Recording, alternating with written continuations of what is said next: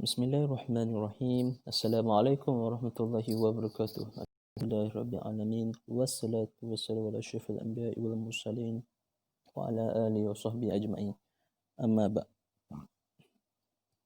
Alhamdulillah, saya akan membicarakan tentang tajuk ketokohan Khalifah Umar bin Abdul Aziz.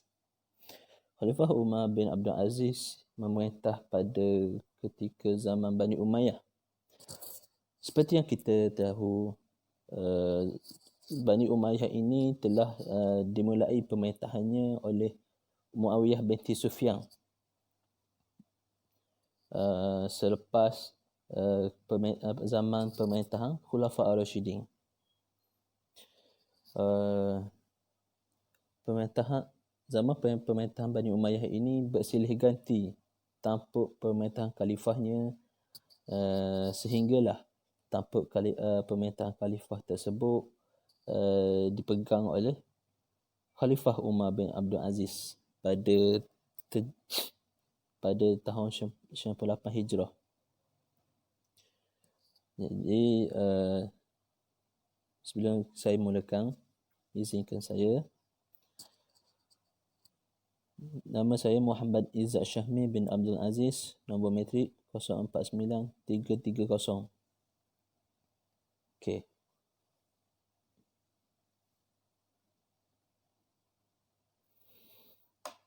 Okey. Beliau adalah Umar bin Abdul Aziz bin Marwan bin Al-Hakim bin Abu Al-Ash bin Umayyah bin Abdul Syam bin Abdul Manaf.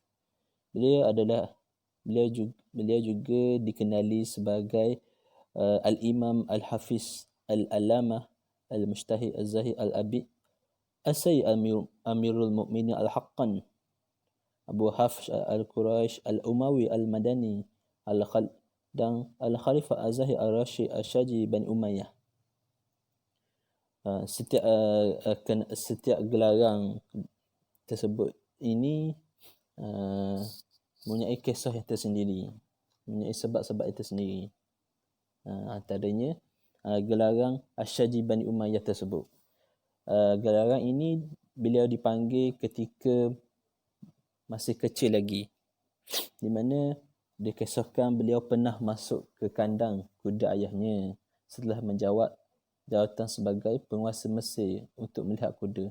Tiba-tiba seekor kuda mendendangnya di bahagian wajah hingga melukai Umar. Ayahnya segera menyapu darahnya dan berkata, "Jika kamu orang yang terluka dari Bani Umayyah, maka sesungguhnya kamu orang bahagia." Dan juga pernah dikatakan oleh Umar bin Al-Khattab, "Sesungguhnya dari anakku ada seorang lelaki yang di wajahnya ada bekas luka yang akan memenuhi keadilan." Itulah antara sebab diberikan gelaran yang tersebut tadi. Khususnya Umar juga memiliki akhlak yang bagus, politik yang bersih dan berusaha untuk berlaku adil dan seterusnya.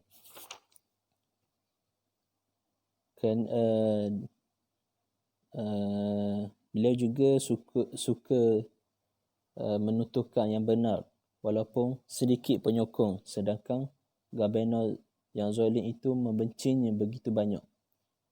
Beliau pun juga mengurangi pemberian kepada amir-amir yang zalim itu dan sering mengambil apa yang mereka ambil tanpa hak. Begitulah sikapnya sampai mereka meracuni Umar sehingga menewaskannya.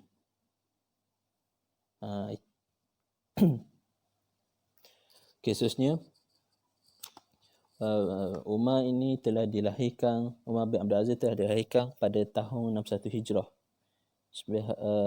Sebahagian besarnya juga menyebutkan bahawa beliau dilahirkan di Mesir. Dan juga ada pendapat lain yang mengatakan bahawa daripada Az-Zahabi ada menyebutkan beliau dilahirkan di Madinah. Seterusnya latar belakang keluarga Umar bin Abdul Aziz, iaitu ayahnya Abdul Aziz bin Marwan bin Al-Hakim yang merupakan salah satu Gabenor pada terbaik Bani Umayyah, di mana ayah Umar ini seorang yang terkenal dengan kesalehannya, ketekunannya dalam menuntut ilmu, dan perhatiannya kepada hadis Nabawi.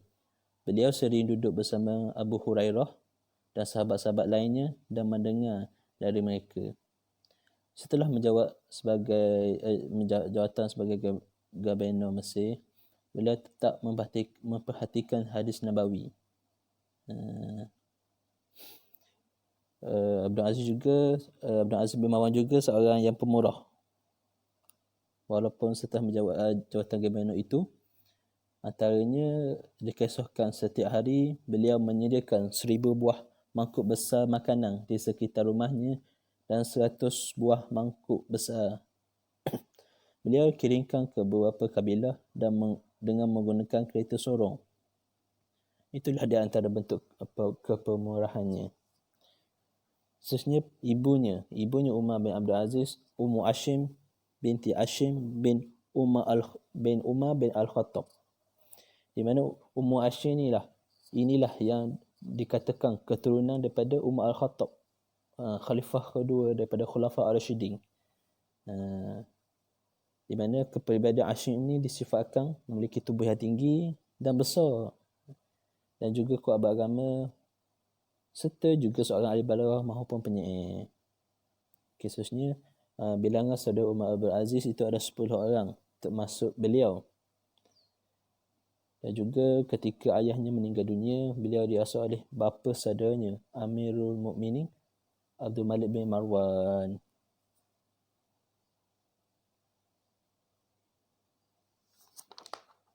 Okey. Kemudian Umar bin Abdul Aziz memiliki beberapa orang isteri, antaranya Fatimah binti Abdul Malik. Di mana Fatimah bin Abdul Malik ini seorang perempuan yang solehah yang mengikuti Umar bin Abdul Aziz dan lebih mengutamakan apa yang di sisi Allah Ta'ala atas harta benda dunia. Dialah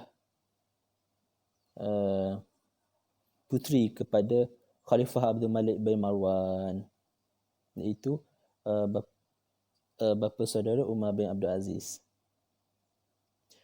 Okey, Umar bin Aziz juga dikurniakan anak seramai 14 lelaki, 3 perempuan.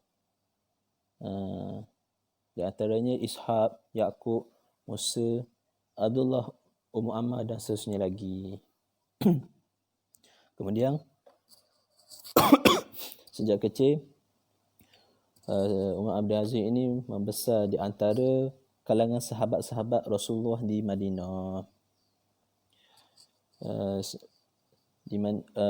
Di mana Umar ini telah diizinkan oleh ayahnya dan ibunya untuk tinggal bersama dengan bapa saudara Umar, iaitu Abdullah bin Umar bin Al-Khattab.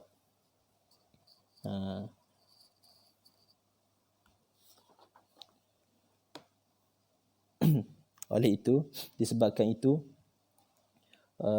Umar bin Aziz ini tumbuh dewasa di antara pengawasan dan kasih sayang bapa saudaranya, dan tidak diragukan lagi bahawa mereka dan sahabat-sahabat Rasulullah yang ada di Madinah itu banyak memberikan pengaruh kepadanya. Umar juga telah menuntut ilmu dengan para ulama dan ahli fiqh dan sejak kecil lagi. Beliau juga seorang penghafaz Al-Quran sejak di usia dini lagi disokong oleh kebesaran jiwanya dalam menuntut ilmu dan menghafaz Quran. Seterusnya bapa Umar Abdul Aziz telah memilih Salih bin Kaisan sebagai pendidik beliau, dan juga Salih ini sentiasa menegur Umar bin Abdul Aziz tentang solat. Di mana ada satu kisah di mana Umar bin Abdul Aziz ini terlambat ikut solat berjemaah. Maka Salih bin Kaisan berkata, "Apa yang menyebut kamu?" Umar bin Abdul Aziz menjawab, "Alat pengurang rambutku tersangkut di rambut tersangkut rambutku. Syalih bin Kaisan pun berkata, nampaknya kamu lebih mengutamakan rambut daripada solat. Lalu Syalih bin Kaisan menulis surat kepada Abdul Aziz untuk menceritakan akan hal ini. Maka ayah Umar, Abdul Aziz, mengutus seorang. Lalu tanpa bercakap, utusan ini langsung mencukur rambut Umar bin Abdul Aziz. Okey, seterusnya Umar bin Abdul Aziz sebagai khalifah. Khalifah Sulaiman Abdul Malik telah menerima nasihat Al-Faqih Al-Alim Raja' bin Haywah Al-Hindi ketika beliau sakit untuk mengangkat Umar bin Abdul Aziz sebagai khalifah yang seterusnya.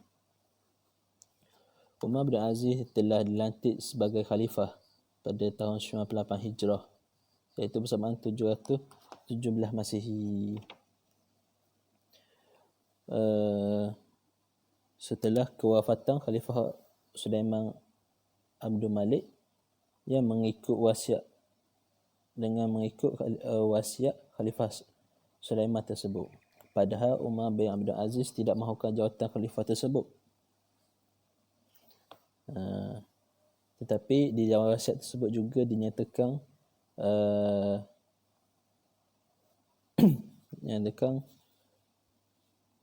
dengan nama Allah yang Maha Pemurah lagi Maha Penyayang. Ini adalah surat keputusan dari hamba Allah Ta'ala, dari hamba Allah Sulaiman bin Abdul Malik, Amirul Mukminin, untuk Umar bin Abdul Aziz.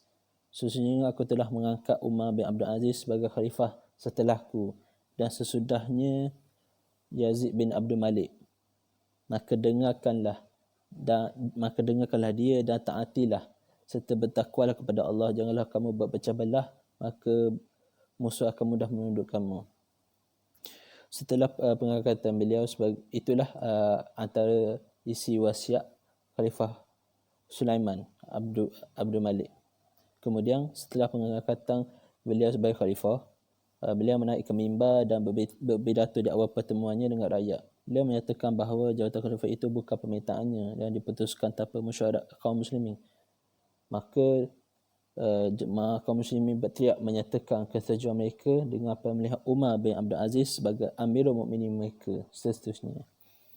Maka dengan itu bermula pemerintahan Khalifah Umar bin Aziz yang adil dan bijak dalam mentadbir negara dari segi politik, ekonomi dan masyarakat.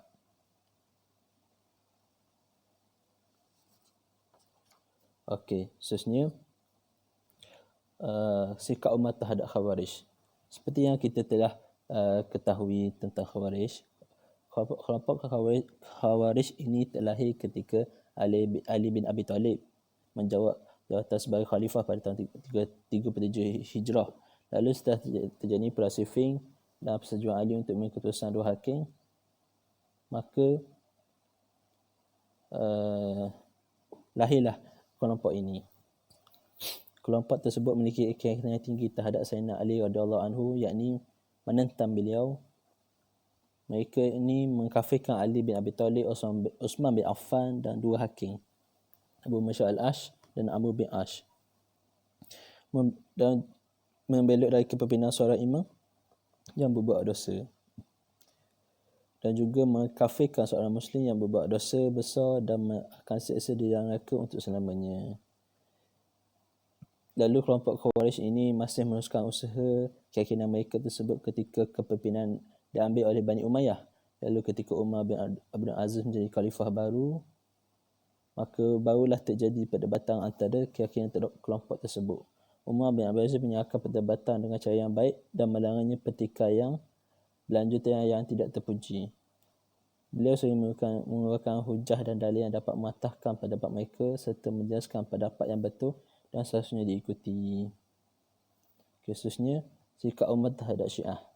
Kelompok Syiah ini memiliki banyak kelompok, antaranya adalah Kisaniyah, Sabaiyah dan lainnya lagi. Umar bin Abdul Aziz sering melontarkan pendapatnya tentang kelompok Syiah yang telah tersesat dan keluar dari jalur agama, seperti golongan Syiah yang meletakkan kecintaan mereka kepada Qudsi. Hal ini kerana Qudsi ini termasuk kelompok Kashabi yang mempercayai adanya reincarnation, iaitu penjemahan semula. Sekalipun demikian, Umar bin Aziz jarang mengeluarkan pernyataannya untuk membantah keyakinan Qusay maupun pengikut kelompok Syiah lainnya.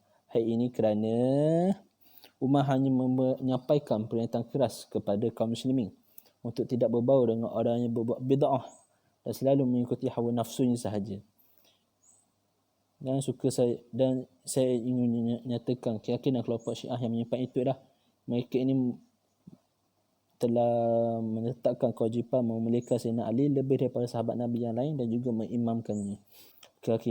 Dan sesungguhnya berkeyakinan mengangkat dan menolak secara lisan dan juga perbuatan, yakni mengangkat Sayyidina Ali sebagai khalifah dan menolak para sahabat Nabi yang lain. Tak boleh gini. Okey. Seterusnya, saya wasiat untuk khalifah bergantinya. Umar bin Abdul Aziz berusaha untuk menasihati khalifah bakal penggantinya Yazid bin Abdul Malik dengan nasihat yang diperlukan, dan beliau juga berusaha untuk menyampaikan ancaman dan janji atas kepimpinannya disertai dengan perumpamaan dan pelajaran yang diambil dari orang-orang yang sebelumnya.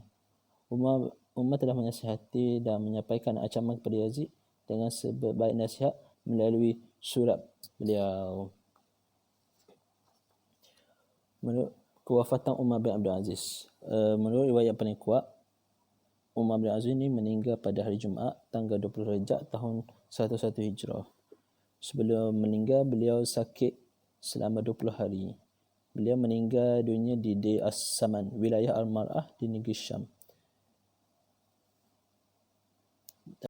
Umur ketika itu pada 39 tahun 5 bulan, dan riwayat yang paling kuat ketika itu beliau berusia 40 tahun.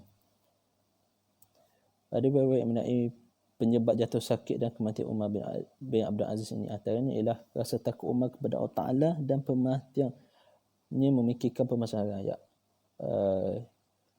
Riwayat ini dah dituturkan oleh isteri beliau.